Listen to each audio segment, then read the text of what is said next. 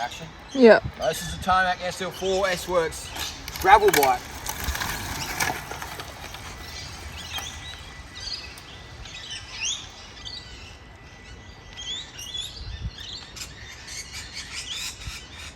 I've got 100 PSI, 23mm tyres, control. This bike's unreal. Clear, clear, yes. This bike's unreal, man. This is a real Tarmac.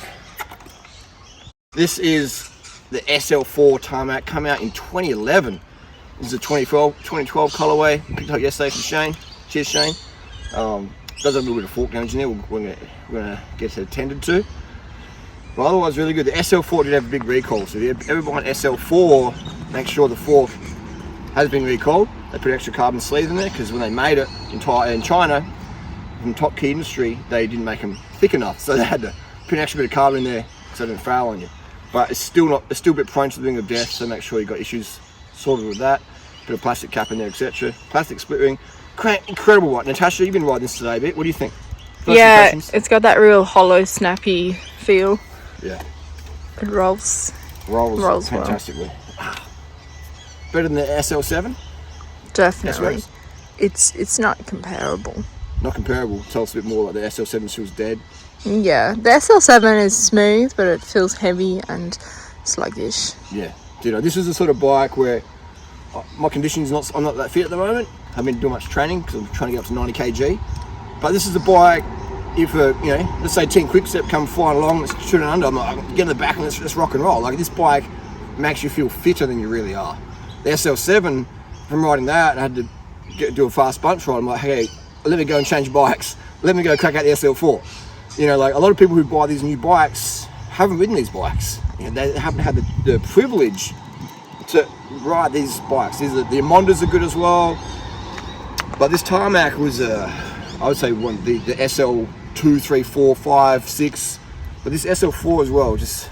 They're magical bikes, man. They've got this hollow feeling. Natasha, you feel that?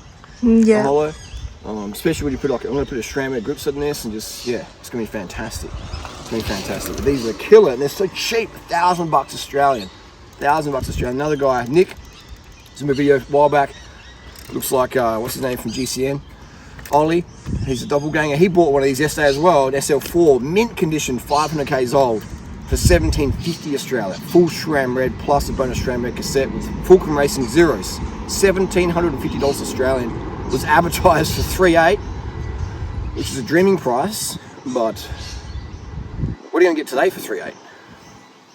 From a bike shop, unfortunately. You know, like, it's not going to be as good as these things. These are classic bikes. These are unreal performance bikes. If you want performance, get an old bike. If you want status and significance, get latest bike from Trek, Specialized, Calnago, whoever, Pinarello, disc brake. Anyway, that's the deal. Sick bikes, these SL4 Tarmacs. And also, this little thing behind me, that's the first time I've ever done it. Like, if I did a few laps, I could absolutely rail it. And I got 23mm tyres with 100 PSI. You know, if I wanted to bust my collarbone, I could really rail that section there. Just goes to show these bikes inspire a lot of confidence, which can get into trouble, get you into trouble. So, they're unreal, man. They're absolutely unreal. These rim brake carbon bikes. Yeah, and we're going to build up the Windspace SLC, hopefully today or tomorrow, and get that, compare it with this, because this is a real template. The TCRs as well are fantastic, but there's something magical about these Tarmacs back in the day. The new Tarmacs, I'll call them NARTs, N-A-R-T, not a real Tarmac. This is a real Tarmac, all right? This is a tart, totally a real Tarmac.